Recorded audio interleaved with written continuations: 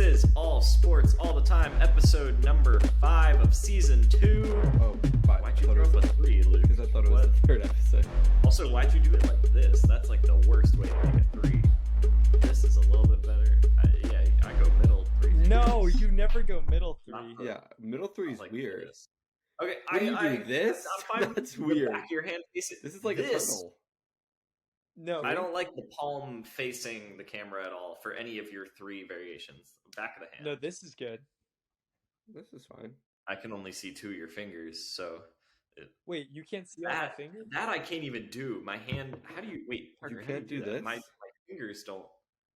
My fingers don't stretch enough. Really? Wait. Yeah, I feel the tendon between the 2 of them right here, like stretching so bad. I have very flexible fingers. No way. Wait, you can't. I can't. You can't. I can't do that. My hand can't do that. That is crazy. Owen My left can't one move is his hand. better. My left one is more flexible. It gets up a lot higher than this one.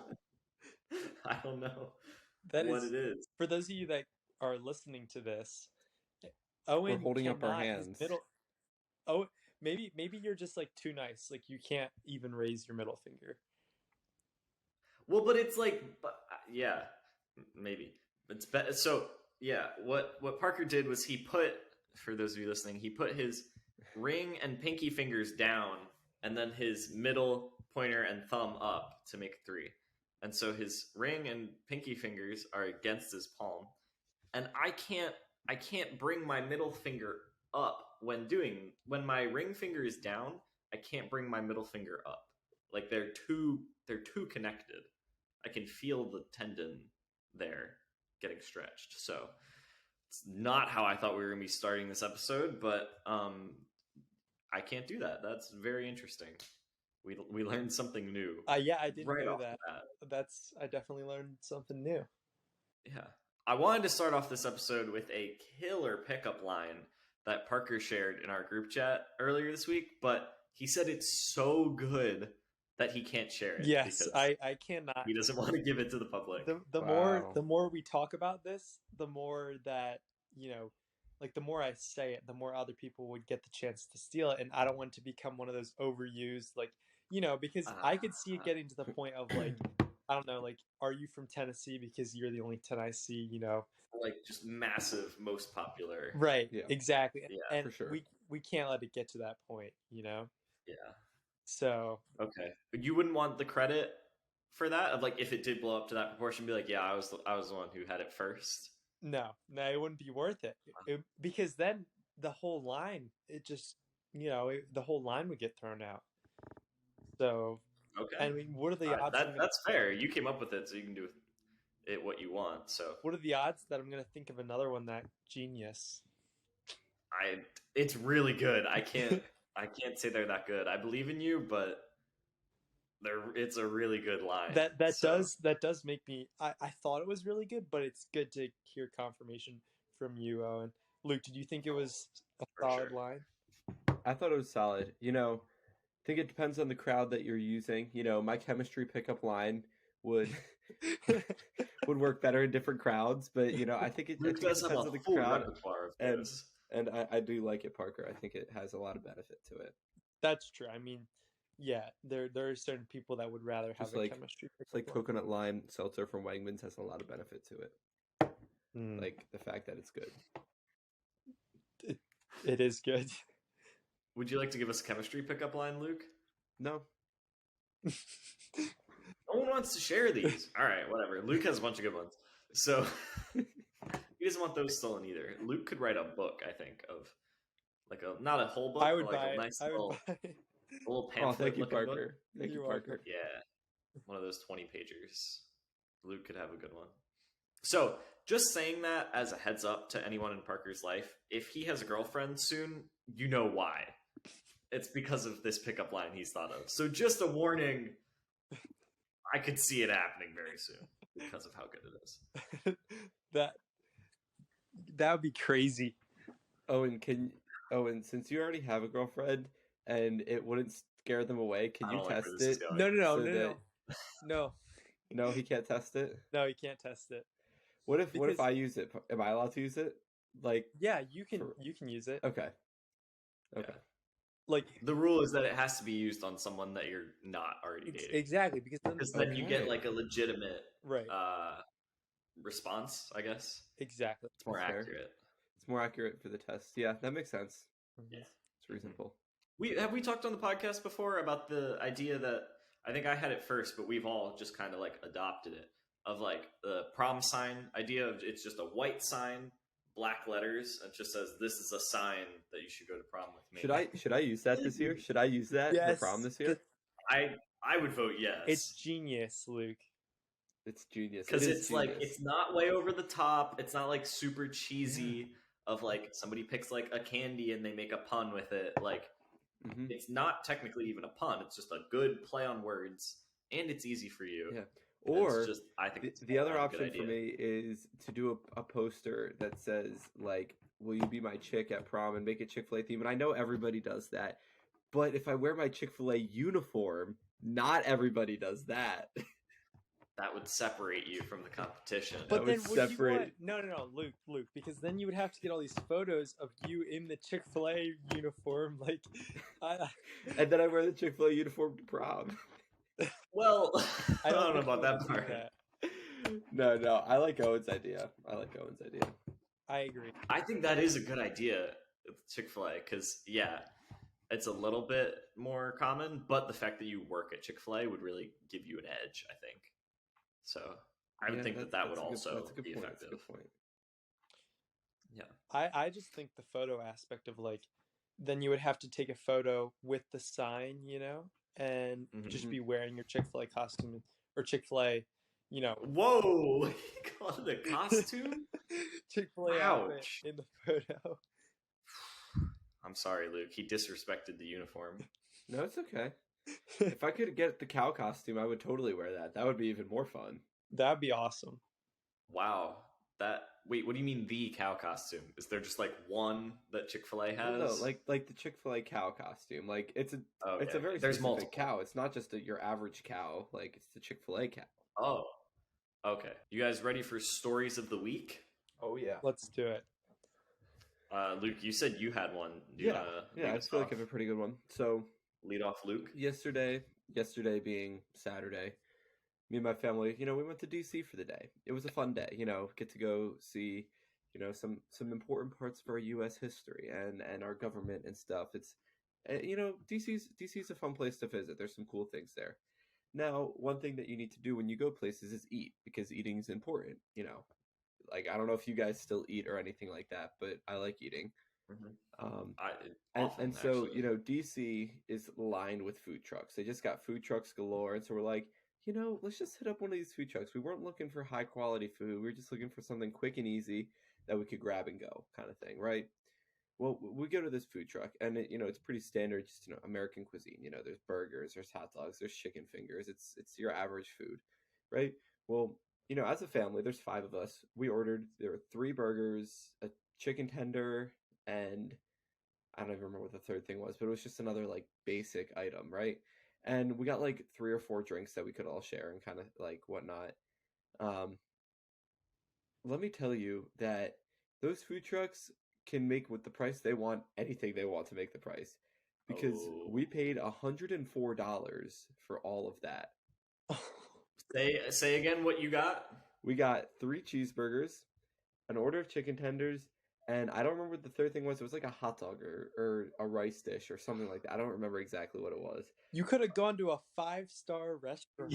That's what we said. We were like, we walked up like later in the day. We walked up into a nicer district where there was like actual restaurants and stuff like that, and we're like, we could have eaten here for cheaper or a very similar price and gotten way better quality food.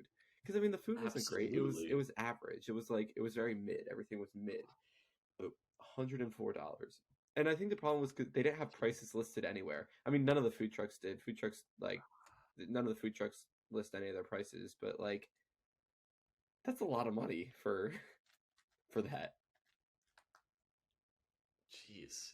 You paid like over $20 per like, person thing you got. Yeah. Wow. Yep, got 3 burgers for $60. I'd be like, this better be the best burger ever. Right. It really wasn't. Like, it was mid. It wasn't the worst burger I've had, but it was not the best either. So That is rough. Wow.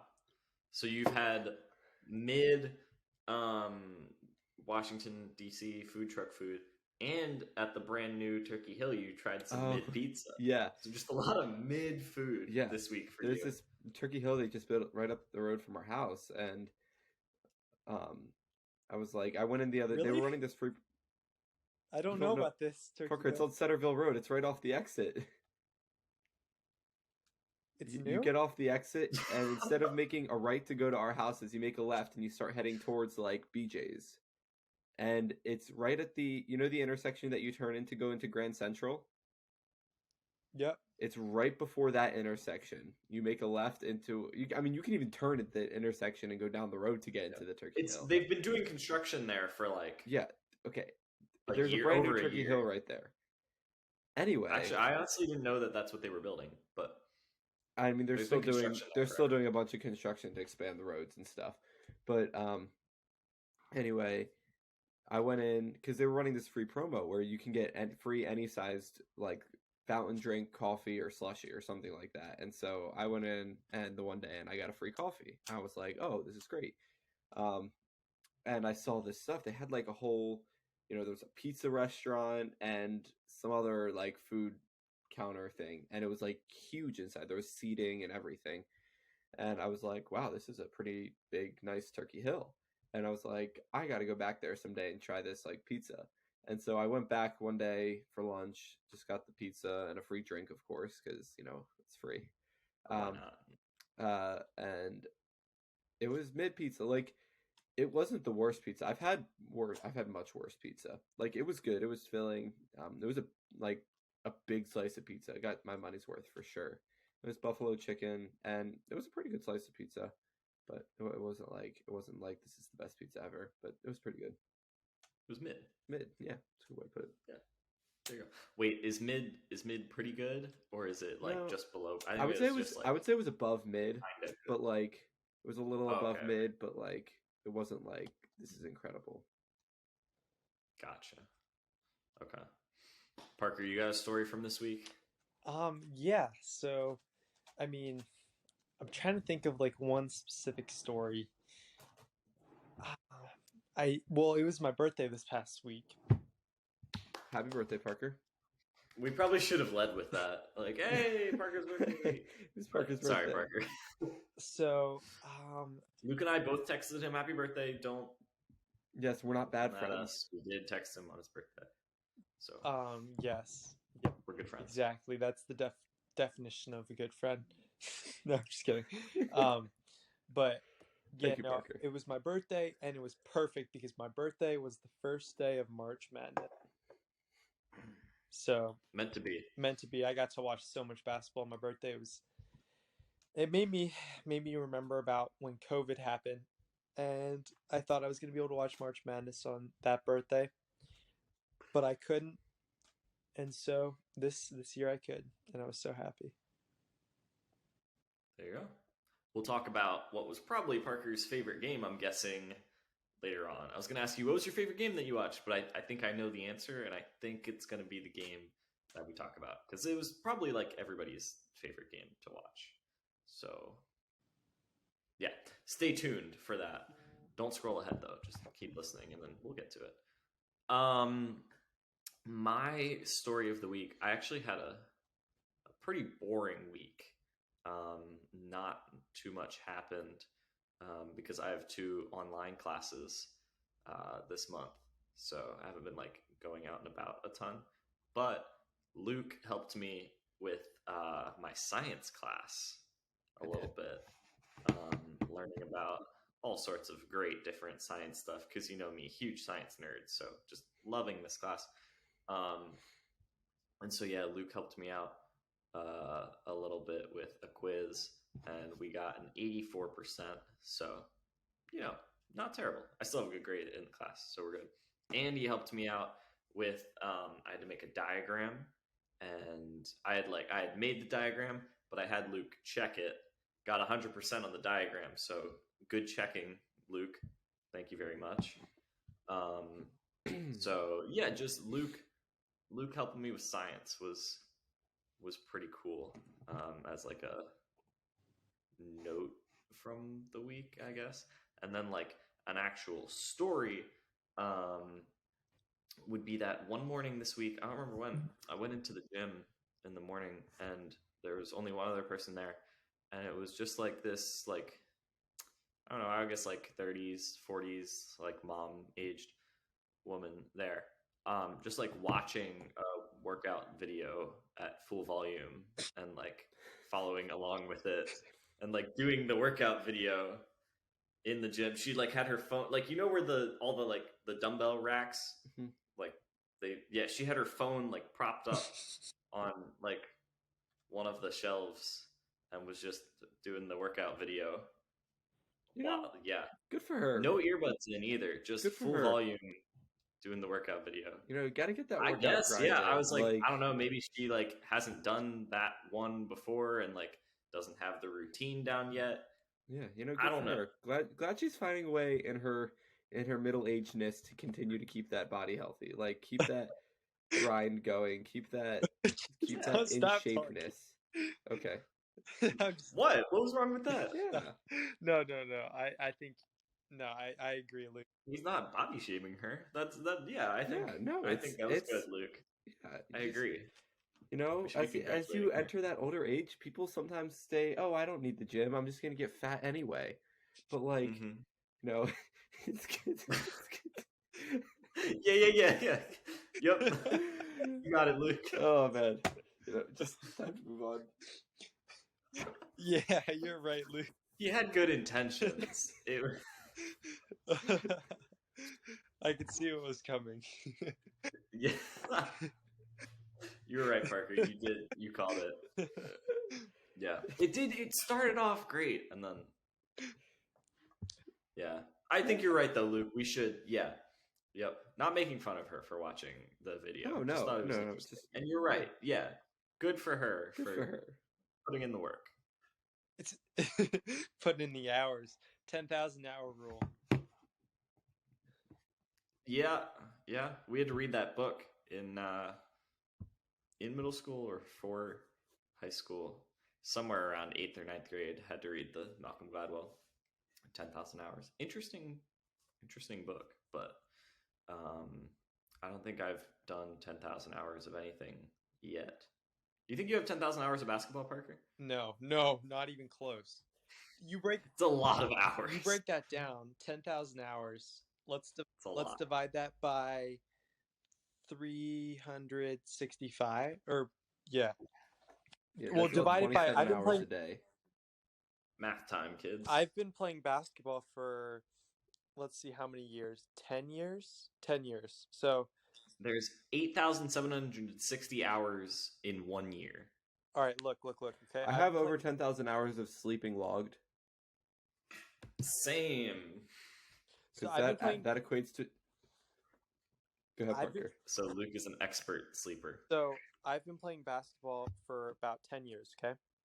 Mm-hmm. So that means you can divide 10,000 by 10 years, and that means 1,000 hours over the past every year for 10 years. Per year. Right. So 1,000 hours a if year. you divide that by 365, that means that I would have in order to be at 10,000 right now, 10,000 hours, I would have needed to, without missing a day, play 2.7 hours of basketball for every single day for 10 years in order for me to be at 10,000 hours of basketball. Mm-hmm. Like, no chance. Like, nowhere near that. Like, only on my... You think you have like 5,000 maybe? 5,000, that would be 1.35. Like an hour and a half a day, essentially. Probably not, because you got to think, especially when you were younger in the off season, like you probably weren't playing every day. Right. When I was even I was thinking like tournaments and stuff. Yeah, like even if you have a 3-hour practice, that only equates for 2 days. But then you have to think like 1 day every single day. Yeah. Well, 2 days. Like a 3 if you're like But like think about when I was 8 to 10. Like those first 3 years, I probably didn't I don't know, wasn't playing every single day. Mhm. So like I would say Yeah, that's I would cool. say like 4,000 hours maybe. Okay. All right. Still a lot. Still a lot of hours. But yeah, 10,000 hours is pretty ridiculous. Um, yeah. I wonder if any of the players on FDU have logged 10,000 hours of playing basketball. Let's talk about it. Parker's going to be fired up for this one. I'm guessing your favorite game to watch in the NCAA tournament so far? Yes. Yep, my favorite game to watch. I mean, the Perfect. smallest team in the country. They were ranked outside the top Not like the school, like the team, their players' height size. heights Yep. are short. The in KenPom rankings, they were ranked outside the top 300. They were 22.5 point underdogs. You could have taken them at plus 18,000 odds or 1,800, whatever, same thing. 1,800. 1,800 odds to win that game, and they did it. They ended up winning somehow, some way. They shut down Zach Edey. And Luke, when you said you like eating, you know, ever since Zach Edey lost, I haven't eaten. Oh, really? No, I'm just kidding. But they took down Zach Edey, the big man, the mountain of a man. They took him down. I mean, he played great. Everybody else played horrible. The freshman guards, man, I feel so bad for them, but they didn't even want to shoot. They were scared to shoot. FDU was giving them, they had at least like 10 to 15 wide open 3-pointers, no one within 20 feet because they were doubling Zach Edey. And they just, Mhm. every one you knew it wasn't going in. It was like after the first 5 misses, you're like, this is going to be a game because Purdue is just blowing it. And it wasn't like FDU was playing well. They weren't even playing well. They weren't shooting well. They were just like, yes, they were scoring, but it wasn't consistent. Purdue just, it was one of the biggest choke jobs like ever. Like the reason that FDU won that game is because Purdue just, they just were horrible. Like they were so bad. Mhm. And it was just crazy to watch what happened. And um, the whole game was just like, how is this? I thought this was a 1 seed. They look like they're a 15 seed right now, Purdue. So it was wild. Purdue shot 5 for 26 from three, 19%. That is so bad. Yeah, really bad. And you know, they could have had 40 shots, but they passed up open looks and then ended up just Mhm. not scoring that possession. But they passed up open Yeah. looks because they were scared to shoot. So And something else the announcers were pointing out, I think they did a good job recognizing this, like pretty early on in the game. They were like, FDU's getting way more rebounds than they should. FDU Purdue had 42 rebounds, FDU had 33. Only 9 more rebounds FDU in the whole game. FDU wanted to win more.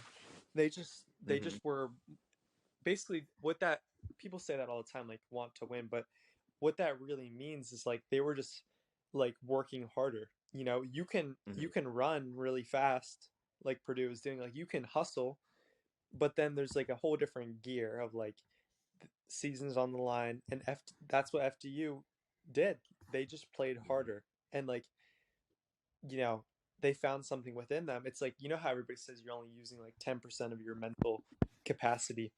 Like Uh-huh. they were just a little bit, they used a little bit more and went a little bit harder than Purdue and just wanted to win that game more. I mean, it was evident just in the way that like those guys, those athletes, yes, they're pretty athletic, but Purdue has the higher ranked players. Like Purdue has better guys, you would say, as a whole. You know, they're ranked really high in the country, but for that one game, they just didn't show that. So it's crazy to see them win. And now FDU plays FAU in a battle of two of the smallest teams in the entire Oh, country. you guys just froze for me. So Okay. You guys froze. Now you're back. okay, good. It was like 2 seconds. So I think we're good. Yeah, FDU wanted to win more. FDU wanted to win, and Purdue didn't want to lose. Yes, that sums it up pretty perfectly. FDU wanted to win. Purdue just was playing. Like, it didn't look like they wanted to win. Yeah, just scared of losing the game. Yeah, and not wanting to shoot, like you said. I'm riding Yeah. FDU It now. was tough to watch for sure if you're a Purdue fan. Eh. Because now this is also now the big storyline is like 3 straight years getting knocked out by a double-digit seed, right? Yep. That is not good if you're Purdue. No. That's just I would rather not get into the tournament than get in 3 years in a row and lose to 3 double-digit seeds. I agree. Yeah. That is awful. And now with FDU, I mean, there's a clear path to the Final Four for them because oh yeah, let's talk about this matchup. It will already have happened. It's gonna happen today as we're recording, but two smallest teams. Awesome. I mean, FAU is good, but Purdue was better than FAU. So who says FDU can't win? So, and they match up better, right, against this team, and it might just be I think FAU will probably take the win, but if FDU has a clear shot, and then if they win this, they're playing a Tennessee team that has better athletes, but so did Purdue. They have better athletes, Tennessee does, but Purdue also have better athletes. FAU also has better athletes. So and Tennessee is playing without Zakai Ziegler, so I could see them winning that game. And then they just have to beat like a Marquette or a Kentucky. Kentucky maybe. A Kansas State. We'll see. We'll see what happens when they get there. But this FDU team, this 16 seed, I can at least see them winning this next game. And that would make them the furthest 16 seed ever to, there's only been one other time a 16 seed won in the first place. So it's crazy how this team wasn't even supposed to make the tournament either. Like, yeah, like they lost their conference championship game. They lost it. Like, I watched that conference championship game and they looked horrible. like they lost, and it wasn't even like a good conference. They lost that. I mean, they lost to so many horrible teams if you look at their schedule, but they went 21-15 on the season. Right, and they might play Purdue 100 times and they might lose 99, but they won that night. So, crazy game. Princeton also beat Arizona. That's why we love March Madness. March Madness is crazy. Oh, and what are your thoughts on Princeton not only beating Arizona, but then also beating Missouri to advance to the Sweet 16? I've been impressed by Princeton, just the way they've won. But like, they beat Arizona not easily. They won by 4. And so it's like, wow, the 15-2 upset, and then normally the 15 seed doesn't move on. The Peacocks, we all loved them because they did move on, but not normally. And so it's like, yeah, Missouri will probably beat them. But then they handled Missouri, like an SEC team that they just dominated the whole way through, won by 15, and so. Yeah, they've taken out what a lot of people's one of their favorite teams were, Arizona. Parker had Arizona going very far. And I just know a lot of people just think that playing in the SEC is different. Like, there's just different athletes in the SEC across a lot of sports. And so to take down that team by so much is really impressive. And they're going to line up to play Creighton or Baylor. Parker said, watch out for Baylor to potentially get knocked out sooner than you think because they can't play defense. So kind of like you said with FDU, with like a clear path, I think Princeton's got a pretty nice path lined up until they have to play Alabama. Right. That probably won't go well.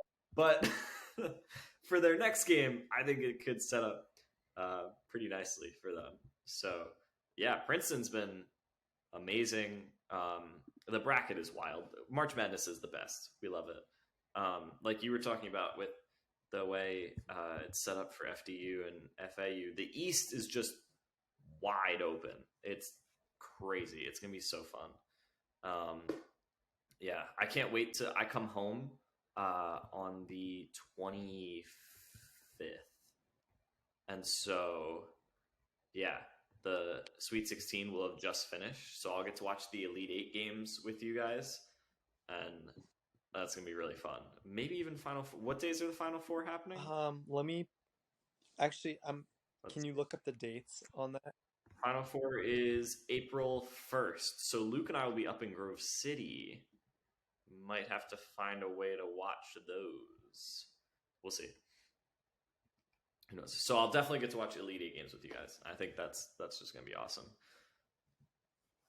Yes, agreed. Luke, what are your thoughts on the bracket so far? I probably haven't paid attention as much as I should. I've seen the upsets because I'm also not blind and I follow sports generally, and just about every platform is following March Madness. So all I know is that I am $15 poorer and likely not making any of that money back. Although I do still have 2 brackets where Houston's winning. So as long as Houston keeps playing well, I have a chance. Yep. Yeah, and yeah, I mean, nobody has a perfect bracket anymore. No, that went out real quick. No, I got to tell you this story. Me and Owen were looking at some of the perfect brackets on ESPN. Well, close to perfect brackets on ESPN. This one guy, this guy had. I'll put up a screenshot of it. It's hilarious. This guy had 2 brackets. Okay, he filled out 2 brackets, and in both of his brackets, at this point in time, it was like a day or 2 ago. He only had 1 game wrong. Okay, and he was, nobody had a perfect bracket at this point, so he was up there with everybody else. And so in both of his brackets, they both only had the same game wrong. He filled out the exact same bracket 2 times. One time it had like Bama winning, the other time it had Houston winning. So he just filled out the exact same bracket except the final game. Now, you would think, oh, his 1 game wrong, it's probably like Princeton or FDU because, they're a 1 seed or 2 seed. No. The game that he got wrong was number 12 Charleston. He had beating San Diego State number 5. So that was the game he got wrong. He had everything else correct. That's got to correct. be so frustrating to predict the 1 or the 16 over 1 seed upset and then to not get the 12 over 5 or the 5 beating the 12. Yep. And he had the 15 seed over the 2 seed. He had like how does one even predict that? Like that's not even like possible to predict. I don't know. Like, I have no clue. Like Parker, you can never look at that FDU team and say, "Oh, they're going to beat Purdue." Like no, they lost in their conference tournament final. Exactly. Like I'm never picking them to beat Purdue, but I mean, here we are. I just realized this person's bracket is no longer like all the way up there at the top. Like it's dropped a bit, so I might not be able to put up a screenshot of it because I don't think I'll be able to find it. But yeah, the joke is still incredible that this guy created this incredible bracket and just the 1 game he got wrong was so random. Speaking of Arizona, that's where the U.S. played their pool games. Yes. Not like pool, like billiards. Like for the World Baseball Classic. Like, pool yes. Pool play. Yes, game. They played it in the Diamondbacks stadium. So, World Baseball Classic. It's been awesome. It's been as expected. A lot of fun. Tell us about it, Luke. Yeah, tell me, because I literally know nothing about it besides Shohei Ohtani like came back or something and like was Superman. Sure. So I think we briefly talked about it last week. I don't think you actually included any of that in the episode because my track didn't download, No, because right? your track never. Yeah, okay. So just a quick recap of what we talked about last week. Last week we talked about how we haven't seen the World Baseball Classic since 2017. It was supposed to debut. Well, I guess not debut. It was supposed to happen again in 2021. COVID prevented that from happening. So now we're getting it all the way out here in 2023. At that point, the U.S. was still in pool play. They were, I think, 2-1. And, well, now the U.S. is out of pool play. They just played in their quarterfinals game last night against Venezuela.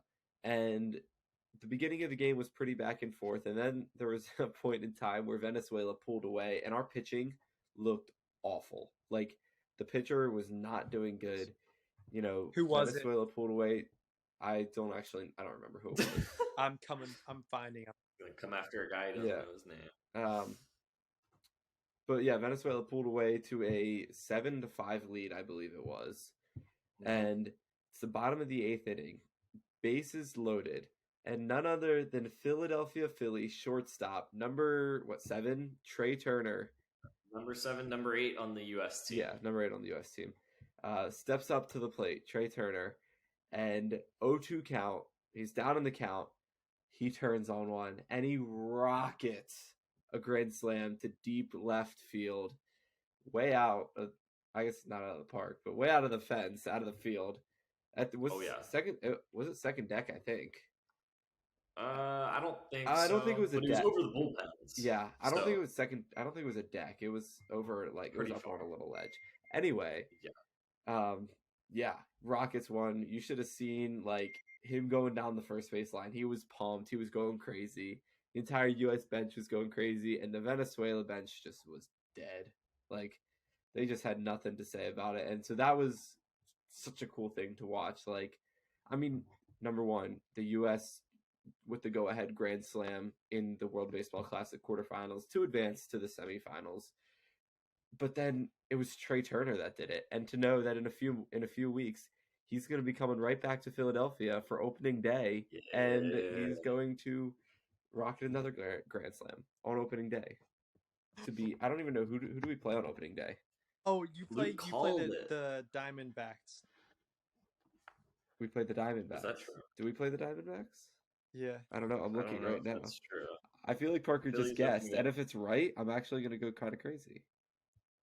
The Rangers. Oh yeah. The Ryman. The first game at home, though. Luke said back. He's going to be coming to Philly. That's against the Reds. Not opening day, but Ryman back. First home game against the Reds. So I love how Luke called that. If Trey Turner hits a home run either on opening day or the first game in Spring Park, it was a fantastic call by you, Luke. Yeah.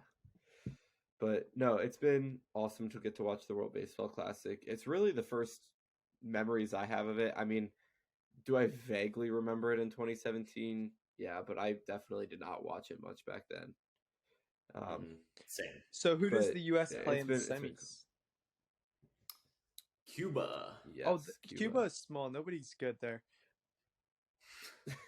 Well, they've made it why to they're the in the semifinals. So they're fine. Who do they play in the finals? They are pretty good. Well, no, we don't know who they play in the finals yet. Is it Japan or Dominican Republic? I think it's Japan or Mexico, right? I know it's Japan or something. I don't remember who the other team is. Mexico, yeah, because Mexico upset Puerto Rico, and that was pretty crazy. Yeah. Gotcha. So, Mexico, Japan, and USA, Cuba is actually tonight, and then Mexico, Japan is Monday. So when this comes out Tuesday morning, the championship will have just been decided and will be happening the day this comes out, Tuesday, March 21st at 7 p.m. So, on FS1. So tune in to that. You must. It's going to be either the U.S. or Cuba versus Mexico or Japan. Either way, it's going to be super entertaining. It's going to be super fun, for sure. Super fun. Yes.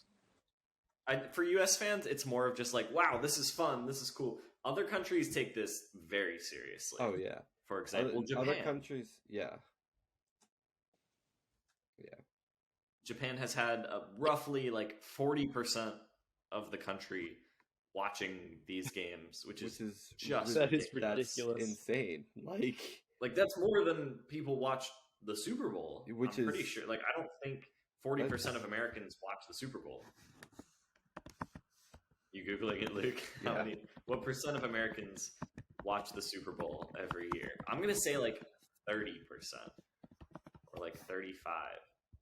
And Japan is maxed out at 50% of the country. They're averaging like 40. There was one game, I think the most recent one, 50% of the country was watching Jeez. that game, which is insane. Did I filibuster enough, Luke? Okay, he's still No, not talking. yet. Shohei Ohtani also gained 1.5 million Instagram followers since the World Baseball Classic started. So I thought you were going to as say if he pounds. wasn't famous enough, just added a quick 1.5. Quite a few followers on Instagram for Shohei. Yeah, Japan takes baseball very seriously. The Super Bowl was tuned into by 77% of households in the U.S. Never mind. That was a false stat.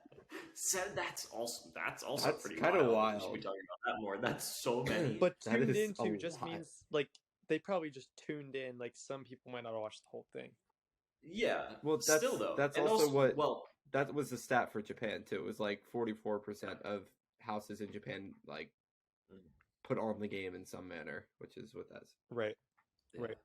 And those numbers also aren't perfect because there's people at the game, so they're not watching at home. And If you there's go to like watch a restaurant parties, or bar, so or like something you go like to somebody that. else's Yeah. house, and the like television companies don't know how many people are at the house. They just know if that TV is watching it. So Yeah. like 77% of households could result in like 85% of people watching the Super Bowl Right. Right. Yeah. as watch parties. So I the think numbers that aren't 77 perfect. probably also includes like if you go to someone else's house for a watch party, you're probably included in that 77%. How would they know that though? They're just tracking your TV. Well, no, I think that they include that in the they do some really deep dive statistics, you know? I have no idea. I mean, it how wouldn't they do shock it. me. I if just they know that had, a lot like, of people watch like who's watch where sports. based on their phones and stuff. So it's entirely possible. A lot of people watch sports. That's all I know. That is true. Yeah.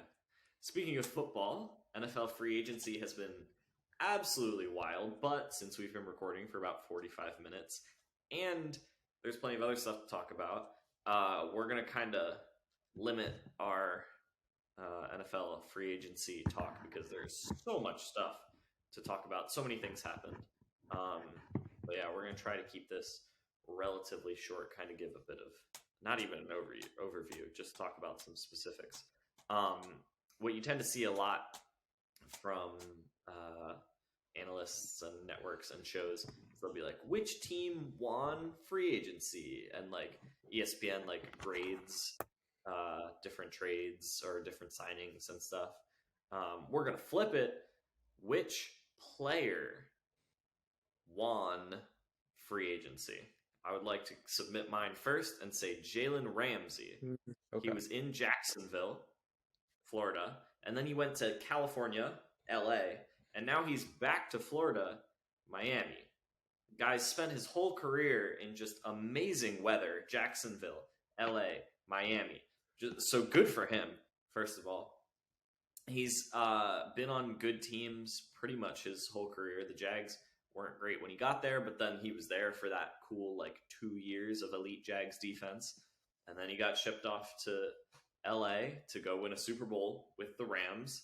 And now the Rams are looking like a dumpster fire. They're falling apart. And so he heads out from the Rams to go to the Dolphins, who now have Tyreek Hill, Jalen Waddle. Hopefully Tua can be good enough for them.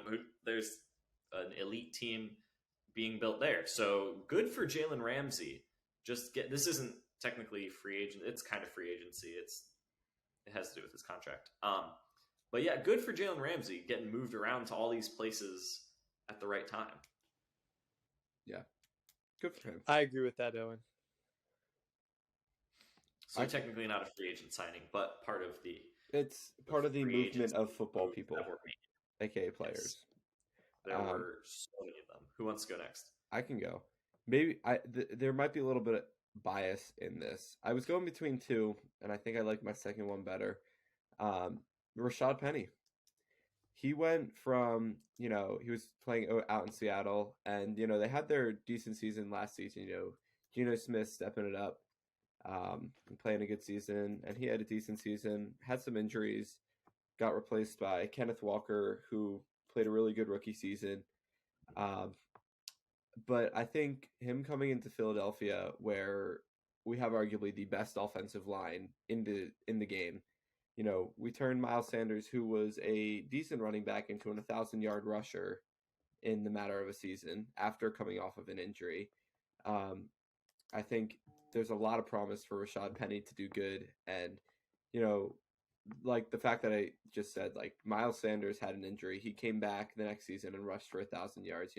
Rashad Penny coming off an injury, clearly that means our health staff and stuff and our coaches do a good job of making sure that the players are being properly taken care of and keeping them healthy, on top of a stacked offensive line and just a really powerful offense altogether.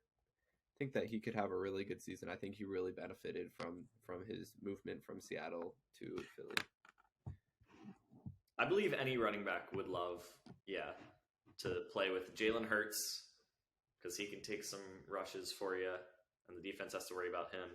And running behind. And such a deep room with Kenneth Gainwell and Boston Scott still in there as well. There's such a deep running back room of like solid running backs. Absolutely. That's a really good one. Yeah.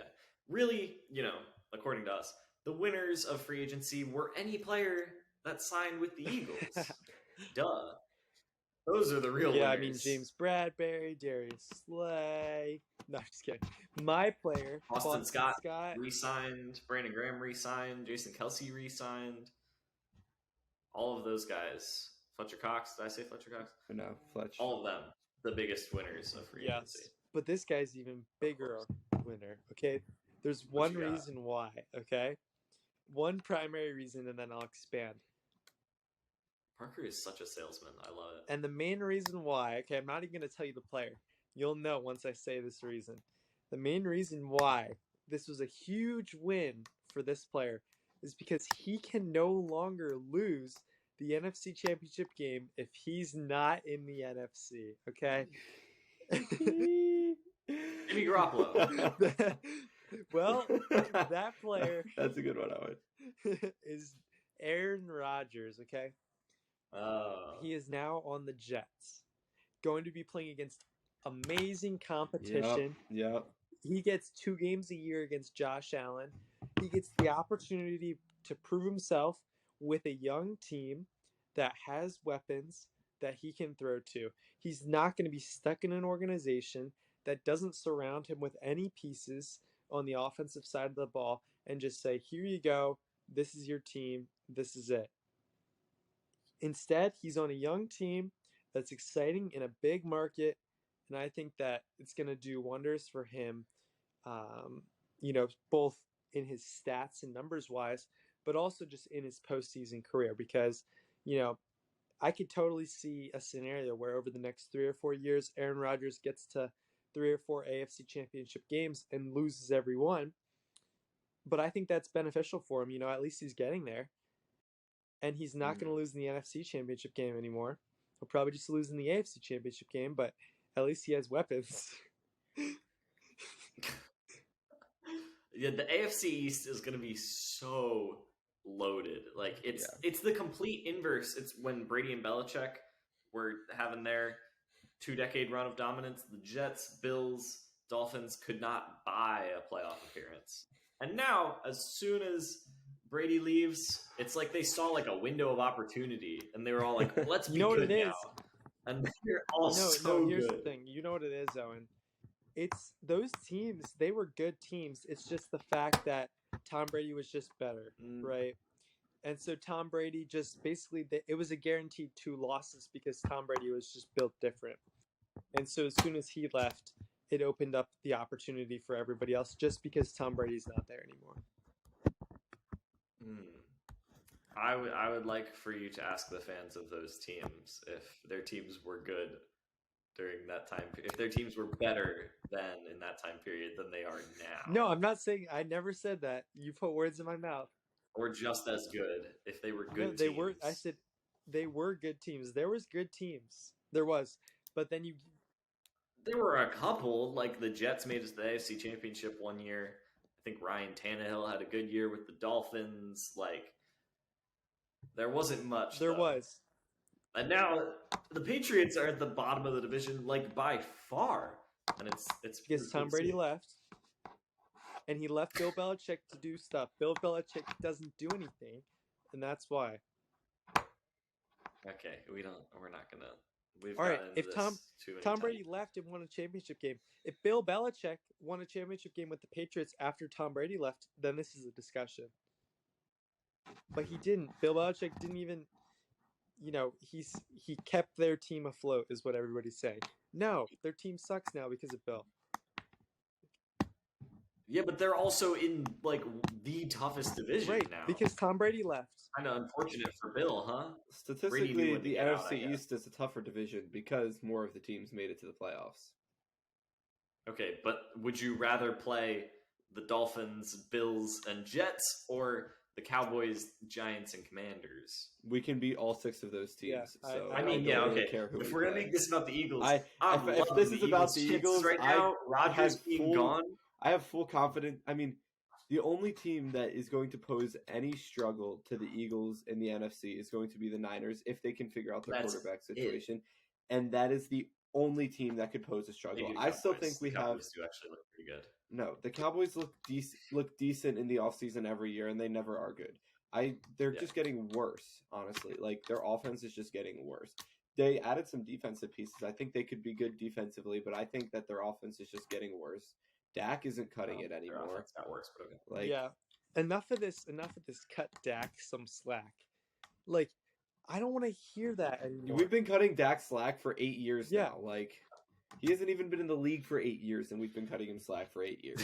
We started cutting him slack. Yeah, in exactly. college. Everybody's like, cut State. Dak some slack. Dak is back. I'm like, no, he's not. Like, what? Stop rhyming, Yes, guys. it's Come pointless. on. No, but I honestly, I love our chances of going back to the Super Bowl are, I would say, so high just because of how bad the NFC is right now. Yes. Like, Who's Niners, the second best quarterback in the NFC? It's Jalen Hurts, and then who's second? After Aaron left, I mean, Stafford maybe? Kirk Cousins? Kirk Stafford? Cousins. It's one of those two, honestly. Yeah. I don't know. There's no good quarterbacks in the NFC. I mean, none. Justin Fields has a year to try and prove himself, but like, he's not at the level that he's not there yet. I know. Well, people would say no one. I mean, Geno Smith. Some people might say Dak. Some people might say Geno. I mean, some people might say Daniel Jones. But they're all down there, and like, everybody says like with the Dak Prescott thing, it's like Dak. I always say this is what I say to every Cowboys fan. I say, Dak is not back. Dak is whack. That's what I say. I like that. I'm gonna steal that if that's fine. okay. You're worried about your pickup line getting stolen? Yeah, can I you can steal steal that it. though? Okay, thank you. I think I'm gonna Every steal Cowboys that. fan that talks to you just say Dak is whack. Dak is whack. I like that. Yeah. And then make sure the Cowboys fans know that they're whack as well. Dak is whack, and you're whack because you root for the Cowboys. Mm-hmm. So exactly. Get that figured out. I think there's that's actually that's no other. candidate for the There's title no other episode good right there. quarterbacks. Marcus Mariota might be one of the better quarterbacks, and he's our backup. So, yeah, I forgot about that. Besides Marcus Mariota, yeah. Honestly, I was gonna say if a rookie gets drafted to the NFC, but it would basically just be the Panthers. All the other contenders for quarterbacks in the draft are in the AFC. So whoever the Panthers take, if he's good, he could be in like the top half of quarterbacks in the NFC. Yeah, right away. The AFC is so loaded. The AFC is so good right now. It's ridiculous. Like, it wouldn't shock me. The Jets are adding Aaron Rodgers. They could still be like the 6th best team. Oh yeah. Even with the AFC is so good. So I'm glad we're in the NFC. Super Bowl, here we come. Hopefully. I don't want to say that and then them not go to the Super Bowl. But it's looking really good for the Eagles. Yeah. Feels kind of like the Patriots during their run of dominance where the AFC, there was just no competition. That's how the Eagles could be. I was hoping that I would get a reaction from Parker, but it didn't. No, it did not. No. Nothing. He didn't. That wasn't my best effort. I'll give you Because it's that. not true. So, okay. So Jalen Ramsey, Rashad Penny, and Aaron Rodgers, the three biggest winners from NFL free agency. Rashad Penny being the only one who was legitimately a free agent who signed a new contract. But still, those are your biggest winners. And this has been episode 5. We're getting back into the swing of things. I feel like we're getting into a pretty good rhythm. Yeah, with the I would say so. I'll be back in person. Next week's episode will be an in-person episode, so that's exciting. Another one of those. Yeah, you guys got anything you want to close with? America, have a good evening. If you're not in America, I hope you also have a good evening. Follow us on social media, Instagram, YouTube, Spotify. TikTok. We've got TikTok. Oh, we do have TikTok now. Follow us on all those platforms, and you'll get some great content. So we'll see you later. Bye. Just waiting for Odin. That was worth the wait.